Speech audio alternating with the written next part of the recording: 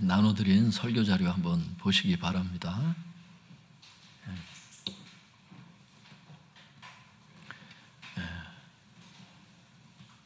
오늘 설교가 단순해 보이지만 관련된 성경 구절을 다 찾으려면 너무 오래 걸리는 거예요.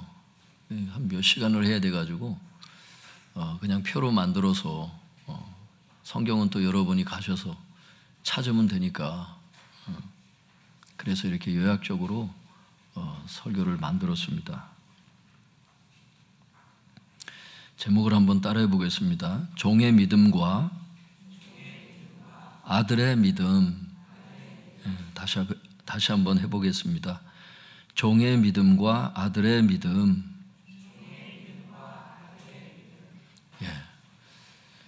종의 믿음으로 이제 신앙생활을 하는 사람이 있고요. 아들의 믿음으로 신앙생활을 하는 사람이 있고 그래요. 그래서 나는 어떤 신앙생활을 하고 있는가? 이게 거울이 되면서 그렇다면 우리가 어떤 방향으로 신앙생활을 해야 될 것인가? 여기에 대해서 이제 마음을 정하고 신앙생활을 해야 하는 이런 방향성 있는 말씀이 되겠습니다. 거기 보겠습니다. 오늘 메시지는 프랑스와 페넬롱의 책을 읽고 있을 때 주신 메시지입니다. 페넬롱의 책 중에 기독교 고전이라고 그래서 굉장히 유명한 책이 하나 있어요. 그리스도의 완전이라는 책이 있는데 그 책을 이제 제가 80몇 쪽으로 이렇게 쭉 읽고 있을 때인데 주님께서 메시지를 주시는 거예요. 그래서 이제 페넬롱이 이제 인간의 수동성을 이제 너무 강조하다 보니까 잔느 귀용과 함께 이단 정죄를 받고 해서 예전에는 그것이 문제가 됐던 책들인데 지금 이제 현대에 와서는 이것이 이제 기독교 고전이라 해서 생명의 말씀사나 이런 곳에서 이제 이런 책들이 많이 나오거든요. 분별이 필요해요. 그래서 제가 교회에는 이 책을 갖다 놓지 않은 거예요. 그래서 성도님들이 또 막 이 책을 사서 볼까봐. 그래서 제가 드리는 이 부분만 발췌해서 이렇게 드리는 거니까 이 말씀에만 은혜를 받았으면 좋겠어요. 괜히 또 나중에 고생하지 마시고. 2013년도에 이 책을 이제 제가 읽고 있을 때 주셨던 메시지였는데 이게 이제 10년 이상 지나서 이제 이 설교를 하게 됐어요. 그래서 주님께서 설교를 하라고 해야 이제 설교를 할 수 있는 거기 때문에 오늘에서 이제 여러분들과 함께 이 말씀을 나누게 되었습니다. 고민을 했어요. 이 페넬롱의 얘기를 안 할 수가 없는데 이거를 해야 되나 말아야 되나 굉장히 고민했던 시간들이 있어가지고 여기까지 이제 시간이 걸린 거 이게. 근데 이제 오늘에서야 이제 말씀을 드리게 됐습니다.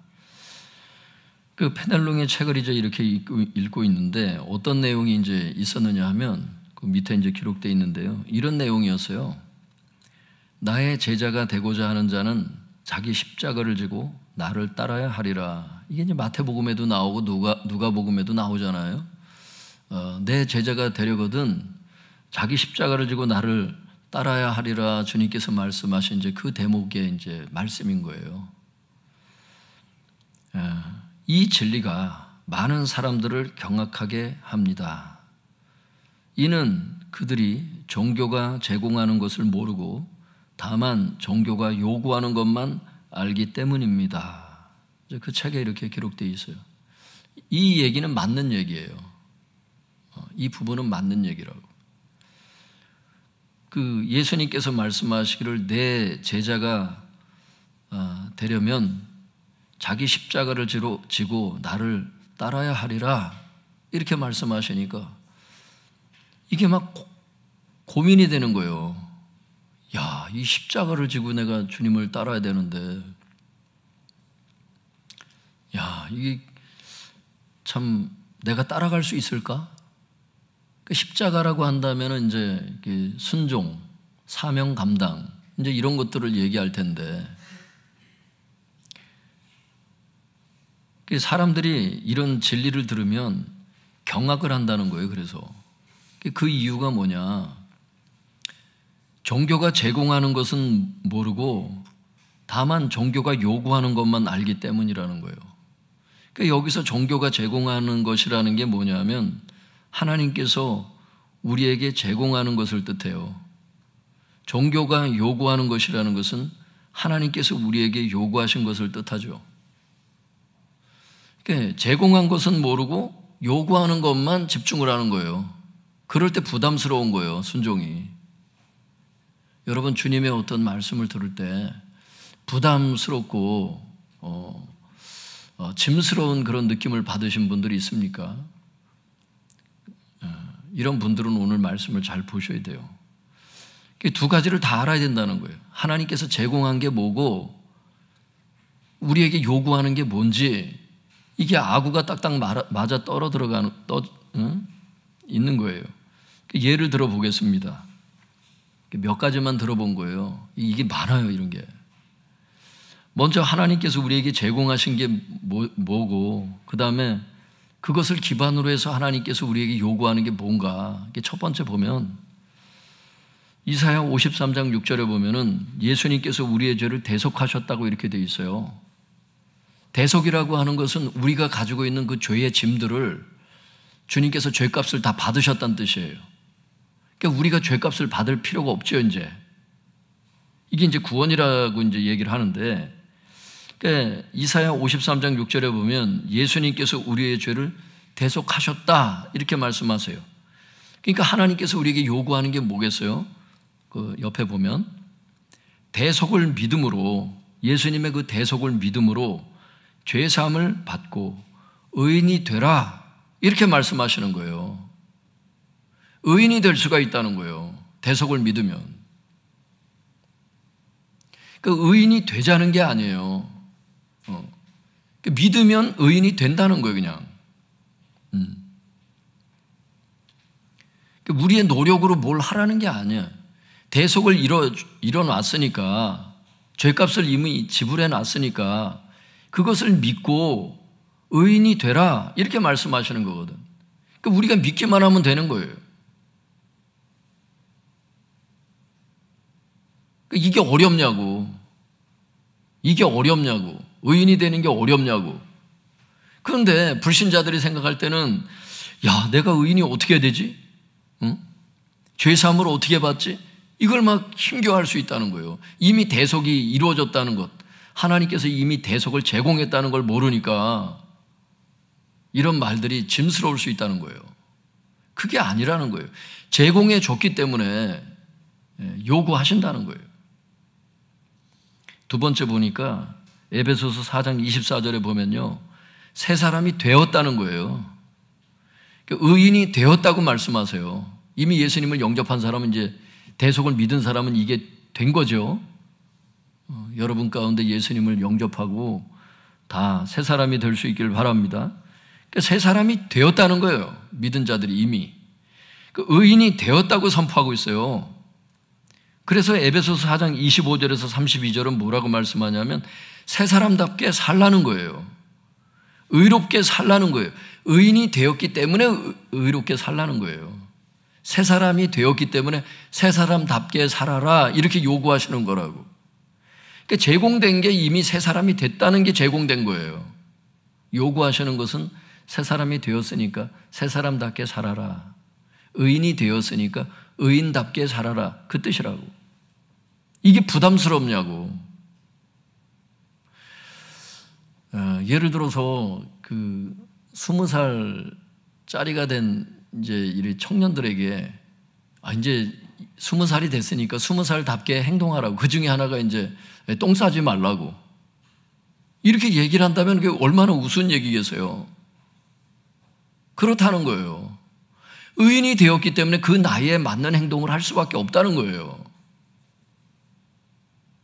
20살 돼가지고 나에게 하나님께서 그렇게 요구하시는데 내가 그 싸면 어떡하지? 그걸 가지고 고민하지는 않을 거라고. 됐기 때문에 요구하시니까.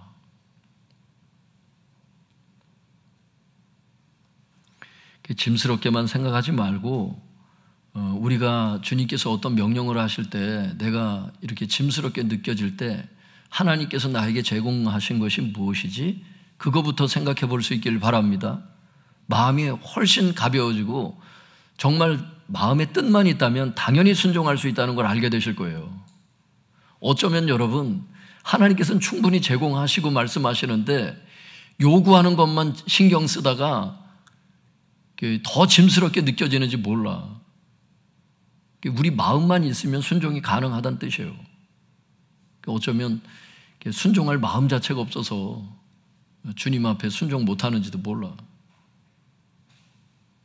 주님께서 제일 먼저 요구하신 것이 순종해라 이걸 요구하신 게 아니고 마음을 다하여 뜻을 다하여 목숨을 다하여 주 너의 하나님을 사랑하라 이렇게 말씀하신 게 뜻을 다하여 의지를 다하여 하나님을 사랑하면 나머지 순종이 다 따라오기 때문에 다 제공하셨기 때문에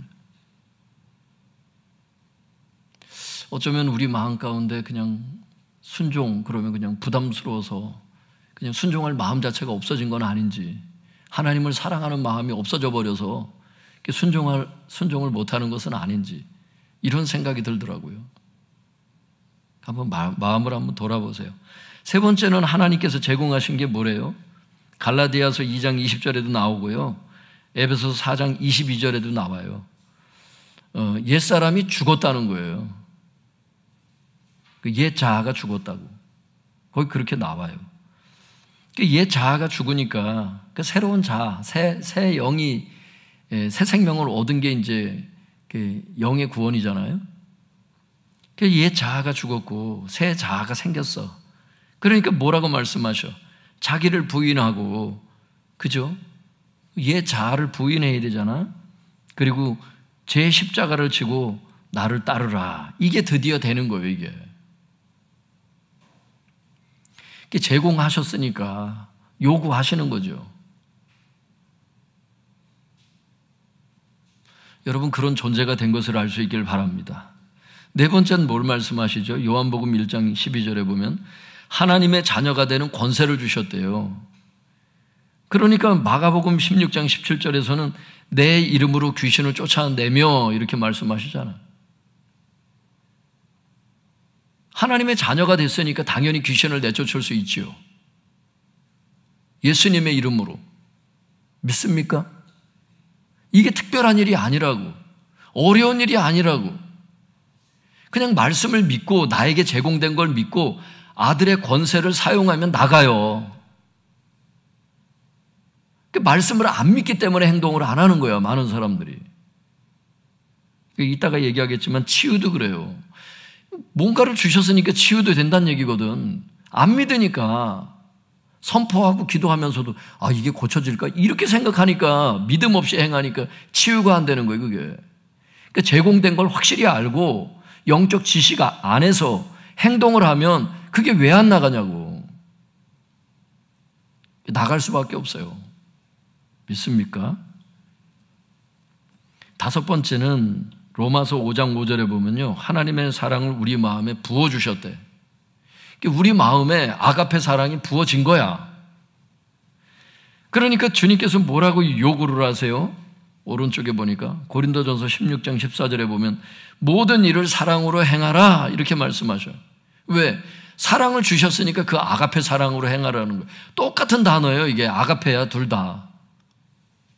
아가페를 주셨으니까 아가페로 사랑하라는 거예요. 여러분 하나님은 사랑이시라 할 때 그 사랑이 아가페잖아요.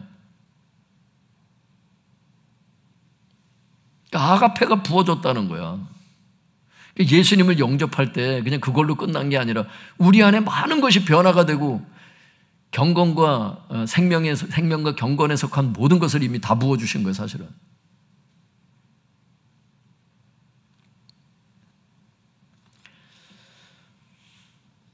내가 사랑을 어떻게 하지? 이러지 마시고 내 안에 사랑이 부어졌다는 걸 믿음으로 행할 수 있기를 바랍니다. 하나님은 주셨다는 거예요. 근데 인간들은 어떻게 내가 그걸 할 수 있냐고 이러고 있어요. 어떻게 미워하는 자를 제가 사랑할 수 있냐고 이러고. 직장에 있는 사람들을 내가 어떻게 사랑할 수 있냐, 손님들을 내가 어떻게 사랑할 수 있냐고. 주셨다는 거예요. 하나님은 믿으라는 거예요. 여러분 그런데 우리의 신앙생활이요 믿을 때 역사가 일어나는 거 아세요 여러분? 치유도, 귀신도, 구원도, 재정도 그렇잖아. 부욕해 하셨다는 걸 믿을 때 여러분 부유해지잖아. 삶이 어려우면 자꾸 가난만 생각하는 거야. 걱정스러운 거야, 계속. 그러니까 하나님께서 주신 것을 자꾸 집중을 안 하고 하나님이 주시지 않는 것들을 자꾸 집중하는 거예요. 염려, 두려움 이런 거. 막연한 그냥 미래에 대한 두려움. 아, 이거 어떻게 살아가지? 아, 직장을 어떻게 구하지? 하나님은 주셨다는 거예요. 그리고 또 필요한 것들을 그때그때마다 또 주시는 게 많잖아요. 구하라는 거예요. 그리하면 주시겠다는 거예요. 여러분, 하나님은 참 감사한 게 뭐냐면 하나님 앞에 뭔가 이렇게 정말 절박해서 기도할 때 있잖아요. 진짜 하나님은 주시는 것을 알 수 있길 바랍니다. 정말 절박한 기도 들으셔 하나님께서. 정말 필요로 해서 구하는 것은 정말 주셔 하나님께서. 그러니까 아무것도 염려하지 말라 그러셨어요 하나님께서. 자녀를 당연히 기르신다는 거예요. 까마귀를 기르시는 분이 더 귀한 자녀는 기르지 않겠느냐, 그 말씀이거든. 그게 결국 창고도 없다는 거예요. 까마귀는 골방도 없다는 거예요. 근데 하나님께서 기르신다는 거예요. 하나님께서 당연히 노후 준비도 행하시죠. 하나님께서 그분만 잘 따라가시면 돼. 믿으시기 바랍니다. 그 다음에 성도님들 거기 보세요. 이제 6번째인가요? 디모데후서 3장 16절에서 17절, 야고보서 1장 21절에 보시면요, 영혼을 구원할 수 있는 성경을 주셨대요. 거기 보면 이 영과 혼을 구원할 수 있는, 영만 구원이 아니잖아. 혼의 구원도 있잖아. 그걸 성화라고 얘기를 하잖아. 혹은 이제 현대 신학자들은 현재적인 층이다 이렇게 얘기를 하죠. 그 영혼을 구원할 수 있는 게 성경이라는데 성경을 주셨다는 거야.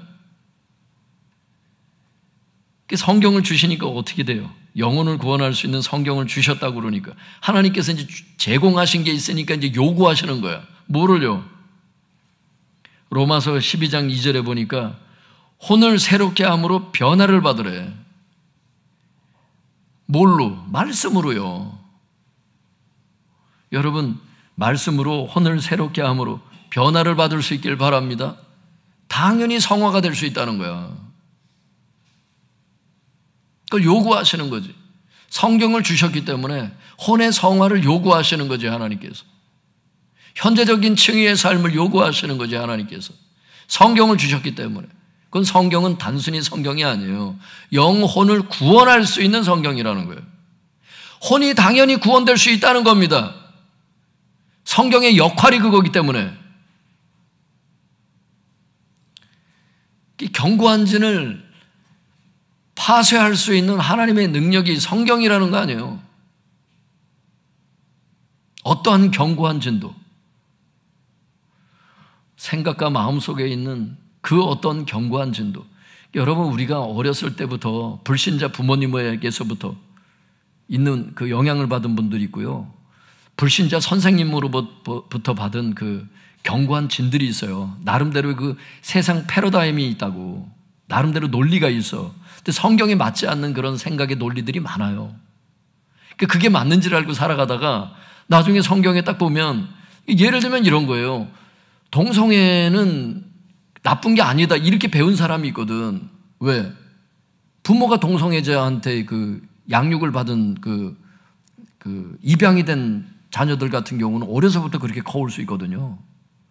근데 성경을 보니까 동성애는 죄라는 걸 알게 되었어. 아빠 엄마가 잘못됐네? 그런 생각을 구원해낼 수 있다는 거예요. 그런 견고한 진들을 파쇄할 수 있다는 거예요. 성경이 생각의 기준을 주는 거예요. 그러니까 어떤 사람은 다림줄이라 그러잖아. 성경을, 말씀의 기준을. 다림줄, 기준이 내려지는 거예요. 삶의 기준들이. 죄를 모르잖아요. 죄의 기준이 성경에 있잖아. 그러니까 어떤 게 죄고 어떤 게 의고 이걸 알게 되잖아요. 성경을 통해서 이제 패러다임이 점점 바뀌죠. 혼이 구원되는 거죠. 믿습니까? 제공한 게 있으니까 요구하시는 것이다. 7번째 보면 에스겔 36장 27절에 보면 내 영을 너희 속에 두었다는 거예요. 성령을 내가 부어줬다는 겁니다. 신약에서도 보면. 그러니까 갈라디아서 5장 16절에 성령을 따라 행하라는 거예요. 그분이 우리 안에 있으니까, 성령 하나님이 우리 안에 계시니까, 그 전지전능하신 하나님이 계시니까 그 하나님의 인도를 받아서 행하라 말씀하시는 거예요. 여러분, 성령님께서 행하시는 대로 순종할 수 있기를 바랍니다. 길을 모를 때 염려할 필요가 없어요. 성령님께 나아가서 길을 물으시면 돼. 물으세요. 어떻게 행해야 될지 가르쳐달라고 기도하세요. 그럼 하나님께서 순간순간 말씀해 주시고 인도해 주셔. 자기가 알아들어요, 그거를. 성령을 부어주셔서, 제공하셔서, 그러니까 요구하시는 거야. 그 성령님이 있으니까 인도하시는 대로 따라가라는 거야. 이게 어렵냐고. 어려운 걸 요구하는 게 아니에요, 여러분. 지금까지 쭉 보면. 줬으니까 그렇게 하라는 거야.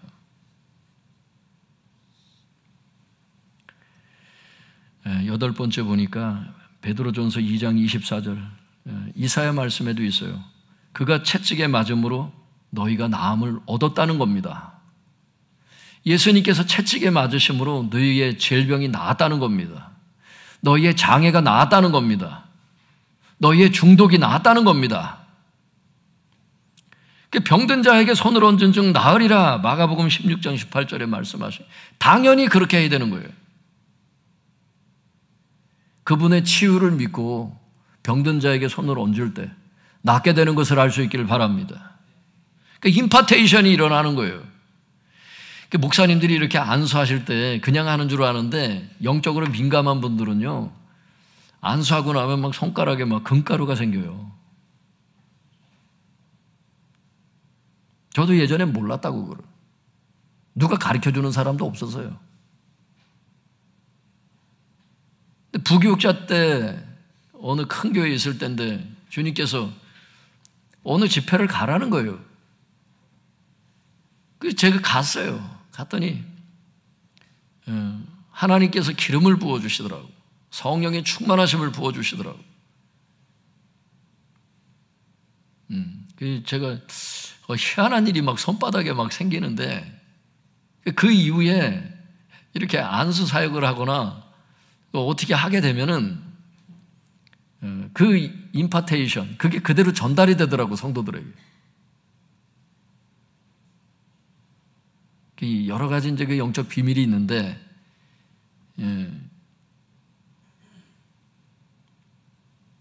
이상하게 생각하는 분들이 있을까봐 얘기는 하지는 않겠지만, 하여튼 성령 충만이 임했을 때 여러분 여러 가지 좋은 일들이 벌어져요.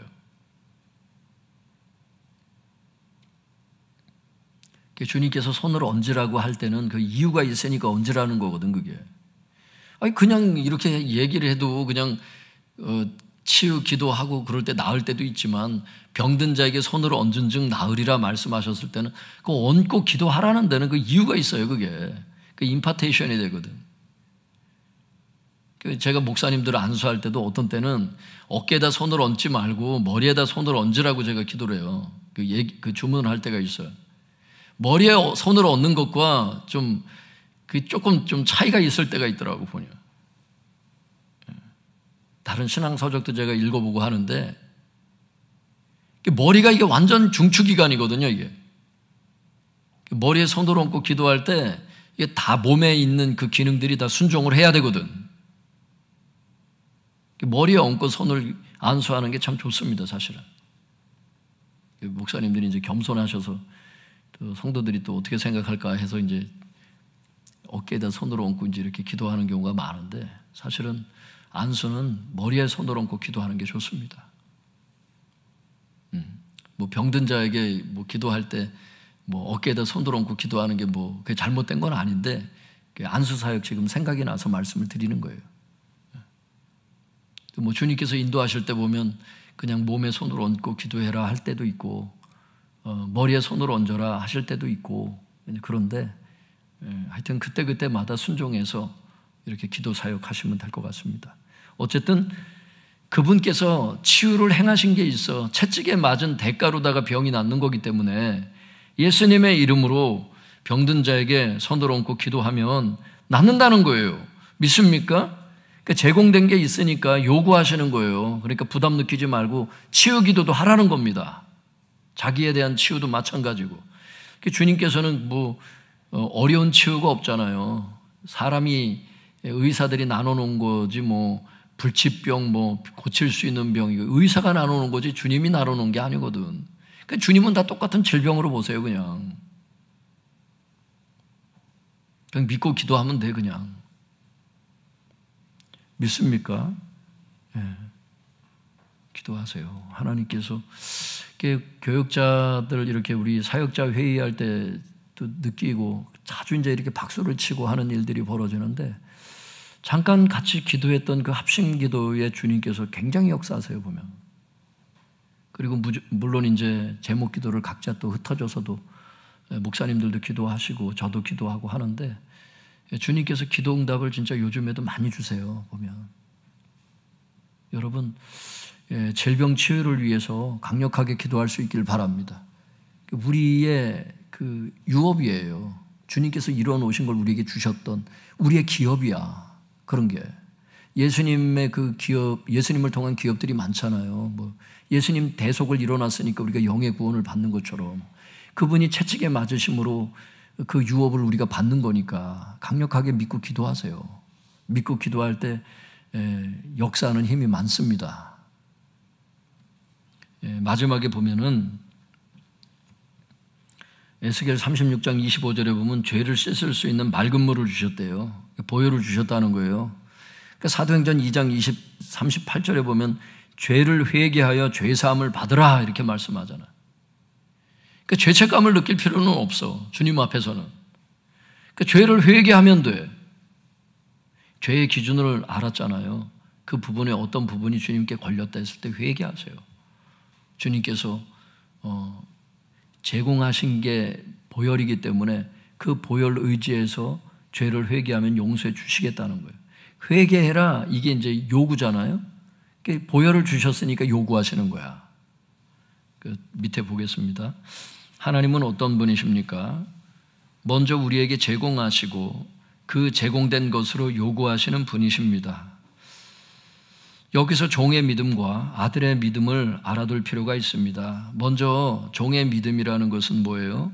하나님께서 제공하신 것을 모른 채 하나님께서 요구하시는 것만 신경 쓰는 거예요. 그러니까 혼날까봐, 그러니까 노예가, 이 종들이 주인한테 혼날까봐 강제로 그냥 몸을 복종시켜서 순종하듯이, 이게 이제 종의 믿음이라. 이게 제공하신 게 뭔지를 모르고 부담스럽게 순종하는 삶, 이게 종의 믿음의 삶이에요. 이게. 반면 아들의 믿음은 뭐예요? 딸의 믿음을 이제 왜 아들만 얘기하십니까? 딸은 여기 있는데 자녀의 믿음을 얘기를 하는 거예요. 자녀의 믿음, 아들, 딸의 믿음은 어떻게 되느냐? 하나님께서 제공하신 것을 분명히 알고 그 제공된 것으로 하나님의 요구에 순종하는 것, 제공된 걸 가지고서 하나님의 요구에 응답하는 삶을 살아가는 거예요.